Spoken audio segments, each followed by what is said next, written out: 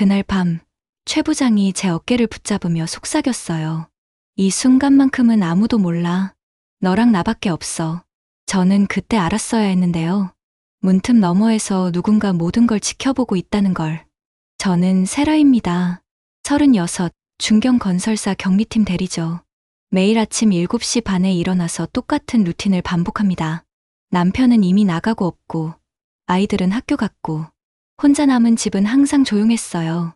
회사에 도착하면 또 다른 반복이 시작됩니다. 전표 정리, 회계 처리, 비용 정산, 숫자들이 머릿속에서 돌고 돌았죠. 동료들과의 대화라고 해봐야 업무 관련 이야기뿐이었습니다. 점심시간에도 혼자 먹는 경우가 많았어요. 오늘도 야근인가? 시계를 보니 벌써 8시가 넘어 있었습니다. 사무실은 이미 대부분 비어 있었죠. 형광등 불빛만이 저와 함께 남아 있었어요. 이런 밤이 일주일에 서너 번은 되는 것 같았습니다. 책상 위에는 정리해야 할 서류들이 산더미처럼 쌓여 있었어요. 출장비 정산서, 접대비 영수증, 각종 계약서들.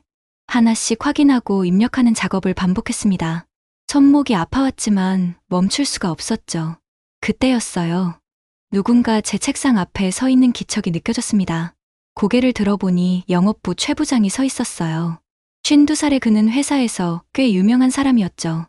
영업 실적도 좋고 후배들 챙기기로도 소문난 분이었습니다. 세라 대리, 이렇게 늦게까지 고생하네. 최 부장의 목소리는 따뜻했습니다.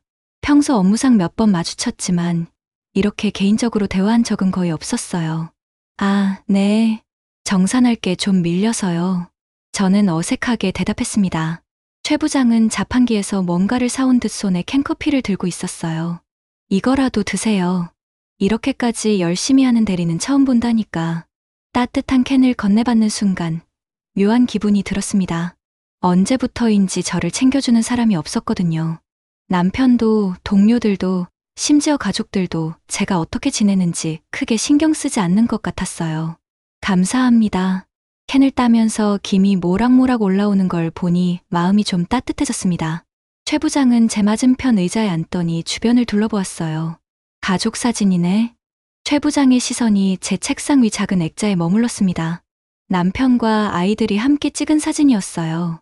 작년 여름휴가 때 찍은 거였는데 그때도 남편은 별로 내키지 않아 하는 표정이었죠. 예, 가족들이에요. 행복해 보이네요. 최 부장의 말에 저는 잠시 말문이 막혔습니다. 행복해 보인다고요. 사진 속 우리 가족은 정말 행복해 보이나요? 저는 그 사진을 다시 바라봤습니다.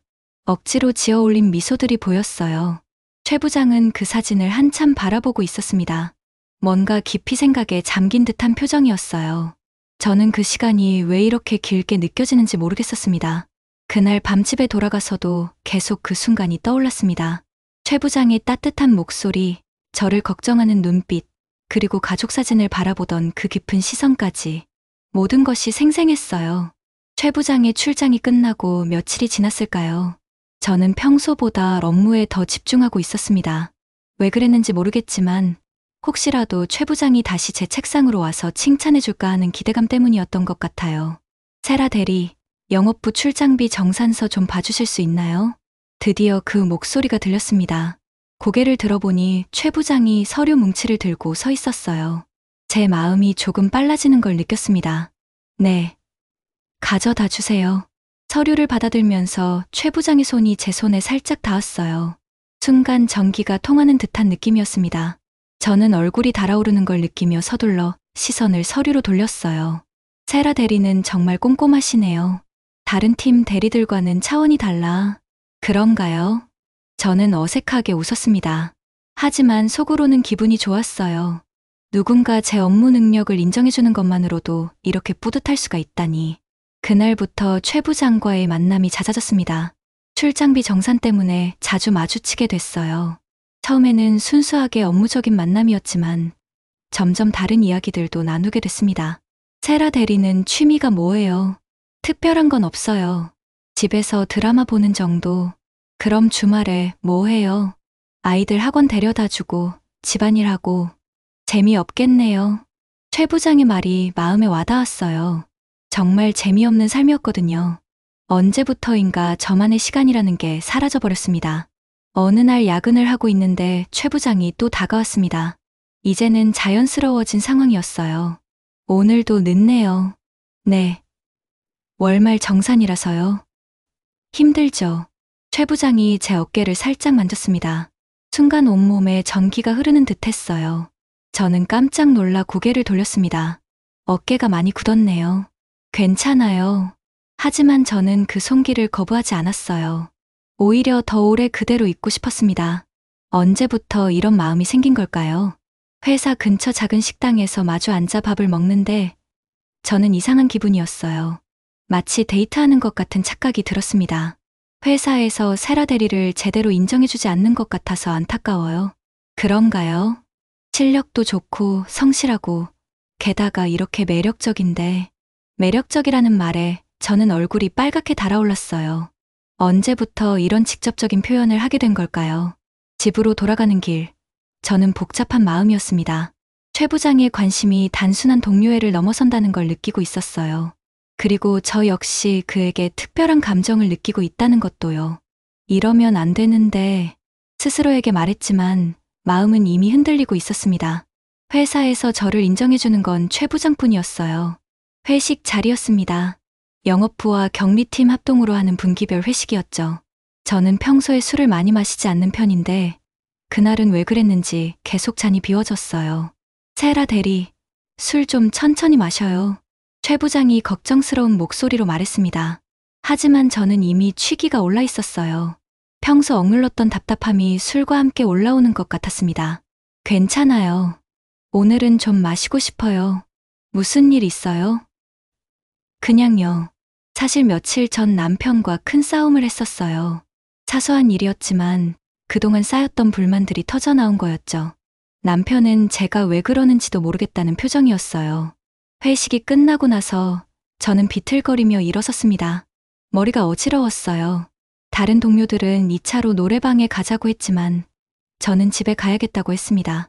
제가 바래다 드릴게요. 최 부장이 자연스럽게 나서더군요. 저는 거절하려 했지만 말이 제대로 나오지 않았어요. 택시 안에서 저는 창밖을 바라보며 멍하니 있었습니다. 최 부장은 옆에 조용히 앉아 저를 지켜보고 있었어요. 집 앞에서 내려주세요. 괜찮겠어요? 네, 괜찮아요. 하지만 택시에서 내리자마자 저는 비틀거렸습니다. 다리에 힘이 없었어요. 최 부장이 재빨리 저를 붙잡았습니다. 여기까지만 하시죠. 저는 간신히 말했지만 몸은 자꾸 한쪽으로 기울었어요. 어쩔 수 없이 최 부장의 어깨에 몸을 기대게 됐습니다. 그 순간 이상한 기분이 들었어요. 남편 이외의 남자에게 이렇게 몸을 맡긴 건 처음이었거든요. 최 부장의 단단한 어깨, 은은한 향수 냄새가 느껴졌습니다. 괜찮아요. 최 부장이 속삭이듯 말했어요. 저는 고개를 들어 그를 바라봤습니다. 가로등 불빛 아래서 그의 눈이 반짝이고 있었어요. 그때 무슨 일이 일어났는지 정확히 기억이 나지 않습니다. 술 때문일까요? 아니면 그동안 쌓였던 감정 때문일까요? 저는 최 부장의 시선에서 벗어날 수가 없었어요. 세라 씨, 최 부장이 저를 부르는 목소리가 평소와 달랐습니다. 더 깊고 더 간절한 느낌이었어요. 저는 대답 대신 그냥 그를 바라봤습니다. 시간이 멈춘 것 같았어요. 주변의 모든 소리가 사라지고 우리 둘만 남은 것 같았습니다. 최 부장의 손이 제 얼굴을 감쌌어요. 그 다음 순간은 정말 기억이 흐릿합니다. 탁자 위에 떨어진 술잔 소리, 바람에 흩날리는 커튼, 그리고 가빠진 숨소리만 기억나요. 다음날 아침, 저는 흐트러진 셔츠 단추를 잠그며 창밖을 바라보고 있었습니다. 머리는 지끈거렸지만 마음은 더 복잡했어요. 이건 실수야. 스스로에게 계속 말했지만 가슴 깊은 곳에서는 다른 감정이 꿈틀거리고 있었어요. 죄책감과 동시에 이상한 설렘도 함께요. 휴대폰에 최 부장에게서 온 문자가 있었습니다. 괜찮으세요? 어젯밤 일은? 저는 한참을 망설이다가 답장을 보냈어요. 네, 괜찮습니다. 하지만 정말 괜찮을까요? 이미 돌이킬 수 없는 선을 넘어버린 것 같은데 그날 이후로 저와 최 부장 사이의 공기가 달라졌습니다. 예전처럼 자연스럽게 대화할 수가 없었어요. 서로 눈을 마주치면 어색해하며 시선을 피했죠. 며칠이 지나서야 최 부장이 먼저 다가왔습니다. 세라 대리, 잠깐 이야기 좀 할까요? 회의실로 따라가는 발걸음이 무거웠어요. 뭔가 중요한 대화가 오갈 것 같은 예감이 들었습니다. 그날 일 때문에 불편하셨죠? 아니에요. 저도 많이 마셨어서 정신이 없었네요. 최 부장도 저만큼 어색해하고 있었어요. 하지만 그의 눈에서는 후회보다는 다른 감정이 익혔습니다. 다시는 그런 일 없을 거예요. 제가 말했지만 목소리에는 확신이 없었어요. 정말 그럴 수 있을까요? 그래야죠. 최 부장의 대답도 마찬가지였어요. 말로는 그렇게 하지만 우리 둘 다 마음속으로는 다른 생각을 하고 있었던 것 같아요. 하지만 현실은 그렇게 단순하지 않았습니다. 며칠 후, 저는 또다시 야근을 하고 있었어요. 최 부장이 다가왔을 때 저는 거부해야 한다는 걸 알고 있었습니다. 또 늦게까지 하네요. 네. 짧은 대답이었지만 우리 사이에는 긴장감이 흘렀어요. 최 부장은 제 옆에 서서 제가 작업하는 걸 지켜봤습니다. 힘들죠? 괜찮아요. 그때 최 부장의 손이 제 어깨에 올려졌어요. 저는 몸이 굳어졌습니다. 그 손길이 너무 따뜻했거든요. 세라 씨. 네. 저 때문에 힘들어하는 거 아니에요. 아니에요.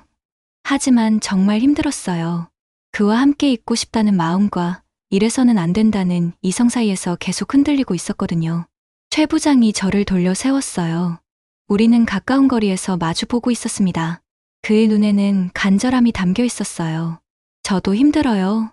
최 부장님, 세라 씨를 보고 있으면 자꾸 이상한 마음이 들어요. 그 말에 저는 가슴이 두근거렸어요. 저만 이런 마음이 아니었구나 하는 안도감과 함께 더 큰 혼란이 밀려왔습니다. 이러면 안 되죠? 알고 있어요. 그런데 왜 자꾸, 저도 모르겠어요. 우리는 한참을 그렇게 서 있었어요. 가까운 거리에서 서로를 바라보며 금지된 감정을 나누고 있었습니다. 결국 최 부장이 먼저 저를 끌어안았어요. 저는 저항해야 한다는 걸 알고 있었지만 몸이 움직이지 않았어요. 오히려 그의 품에 더 깊이 안겼습니다. 세라 씨, 최 부장님, 그날 밤 우리는 선을 완전히 넘어버렸어요. 어떻게 그런 일이 일어났는지 정확한 과정은 기억이 나지 않습니다. 다만 서로의 손이 맞닿고 급하게 닫힌 방문, 바닥에 흩어진 신발들만 기억나요. 창문에 맺힌 물방울이 흘러내리고 깊은 숨소리만이 방 안을 가득 채웠습니다. 다음 날, 저는 거울 앞에서 립스틱을 고치며 속삭였어요. 다시는 이런 일 없을 거야. 하지만 거울 속 제 표정은 여전히 흔들리고 있었어요. 후회보다는 묘한 충족감이 더 컸던 것 같습니다. 그때 인사팀 미 과장이 복도를 지나가며 저를 이상하게 바라보는 걸 느꼈어요. 그리고 그녀가 핸드폰을 만지작거리는 모습도 보였습니다. 하지만 그때는 별로 신경 쓰지 않았어요. 최 부장과의 관계가 깊어질수록 저는 더 큰 혼란에 빠졌어요. 죄책감과 배신감, 그리고 이상한 행복감이 복잡하게 얽혀 있었습니다. 어느 날, 최 부장이 급하게 화장실에 가면서 휴대폰을 책상 위에 두고 갔어요. 평소 같으면 신경 쓰지 않았을 텐데, 그날은 왜 그랬는지 궁금했습니다. 휴대폰 화면이 켜지면서 메시지 알림이 떴어요. 발신자 이름을 보는 순간 저는 충격을 받았습니다. 미희 과장, 인사팀 미희 과장에게서 온 메시지였어요. 내용은 보이지 않았지만 뭔가 은밀한 느낌이 들었습니다. 최 부장이 돌아왔을 때 저는 아무렇지 않은 척했어요. 하지만 마음속으로는 계속 그 메시지가 신경 쓰였습니다. 며칠 후, 저는 참을 수 없어서 최 부장에게 직접 물어봤어요. 미희 과장님과 무슨 일 있으세요? 미희 과장요 왜요? 그냥요. 자주 연락하시는 것 같아서. 최 부장의 표정이 순간 굳어졌어요. 뭔가 숨기고 있는 게 분명했습니다. 업무적인 연락이에요. 정말요? 그럼요. 하지만 저는 확신할 수 없었어요. 최 부장의 대답이 너무 성급했거든요. 그날 밤, 저는 잠을 이룰 수가 없었어요. 혹시 최 부장이 저 말고 다른 여자와도 그런 관계인 건 아닐까 하는 생각이 들었습니다. 다음 날, 기회가 생겼어요. 최 부장이 잠깐 자리를 비운 사이 그의 휴대폰에서 메시지가 왔습니다. 저는 몰래 확인해 봤어요. 미희 과장 오늘 저녁 시간 있으세요? 그 순간 머리가 하얘졌어요. 정말 다른 여자가 있었던 거예요. 저만이 아니었다는 사실이 너무 충격적이었습니다. 최 부장이 돌아왔을 때 저는 분노를 참을 수 없었어요. 나 말고 다른 여자도 있었어요? 뭔 소리예요? 미 과장님이요. 최 부장의 얼굴이 창백해졌어요. 들킨 거죠. 그건 오래된 일이에요. 오래된 일이라고요? 이미 끝난 사이예요. 그런데 왜 아직도 연락해요? 최 부장은 변명을 늘어놓았지만 저는 들리지 않았어요. 배신감이 너무 컸거든요. 저는 뭐예요, 그럼? 세라 씨는 달라요. 어떻게 달라요? 진짜로 좋아해요. 하지만 그런 말로 상처가 치유될까요? 저는 최 부장을 믿었는데 그가 다른 여자와도 그런 관계였다니. 그날부터 저는 최 부장에 대한 감정이 더욱 복잡해졌어요. 상처받고 배신감을 느끼면서도 아이러니하게도 그에 대한 집착은 더 강해졌습니다. 내가 그보다 못한 건가? 거울을 보며 자꾸 그런 생각이 들었어요. 미희 과장보다 제가 부족한 건가 하는 열등감도 생겼습니다. 최 부장은 저를 달래려고 더 자주 연락했어요. 선물도 사주고 더 많은 관심을 보였습니다. 하지만 저는 쉽게 마음이 풀리지 않았어요. 정말 미희 과장님과는 끝난 거예요? 믿을 수 없어요. 어떻게 하면 믿어줄 건데요? 모르겠어요. 하지만 결국 저는 최 부장을 용서하고 말았어요. 아니, 용서라기보다는 포기에 가까웠을지도 모릅니다. 그 없이는 견딜 수 없었거든요. 그렇게 우리의 관계는 더욱 위험한 방향으로 흘러갔습니다. 회사 내에서 수상한 소문이 돌기 시작했어요. 최 부장의 인사 비리에 대한 이야기였습니다. 누군가 제보를 했다는 소문이었죠. 감사팀에서 조사를 한다더라. 무슨 일인지 모르겠네. 동료들 사이에서 수군거리는 소리가 들렸어요. 저는 불안했습니다. 혹시 우리의 관계도 들통날까 봐서요. 최 부장은 평소보다 더 예민해져 있었어요. 스트레스를 많이 받는 것 같았습니다. 괜찮아요. 저는 그를 위로하려 했지만 최 부장의 표정은 어두웠어요. 이번 일이 커질 것 같아요. 설마요. 누군가 의도적으로 제보한 거예요? 그 말에 저는 미희 과장이 떠올랐어요. 혹시 그녀가 복수를 위해서 한 짓일까요? 그날 저녁 최 부장이 저를 불렀어요. 호텔이었습니다. 저는 망설였지만 결국 만나러 갔어요. 방에 들어서자마자 최 부장이 저를 강하게 끌어안았습니다. 이 순간만큼은 아무도 몰라. 너랑 나밖에 없어. 그의 목소리는 절망적이었어요. 마치 마지막이라는 듯이 저를 붙잡고 있었습니다. 최 부장님, 세라 씨, 제가 얼마나 힘든지 아세요? 저는 그의 품에 안겨 있으면서도 복잡한 기분이었어요. 동정심과 사랑이 뒤섞인 감정이었죠. 그날 밤, 우리는 평소보다 더 간절했어요. 마치 이것이 마지막인 것처럼. 침대 위에 떨어진 서류 봉투, 엉켜있는 그림자만이 그 순간을 증언하고 있었습니다. 하지만 우리가 모르고 있던 사실이 하나 있었어요. 문틈 너머에서 누군가 휴대폰으로 사진을 찍고 있었다는 것을요. 미희 과장의 실루엣이 복도에 흘러나오고 있었습니다. 며칠 후, 최 부장이 저를 급하게 불렀어요. 그의 표정은 그 어느 때보다 심각했습니다. 세라 대리, 부탁이 있어요. 무엇인데요? 이번 감사 때문에 좀 힘들어요. 최 부장은 저에게 서류 뭉치를 내밀었어요. 보고서였습니다. 이걸 좀 수정해서 다시 작성해 주세요. 수정이요. 서류를 살펴보니 이상했어요.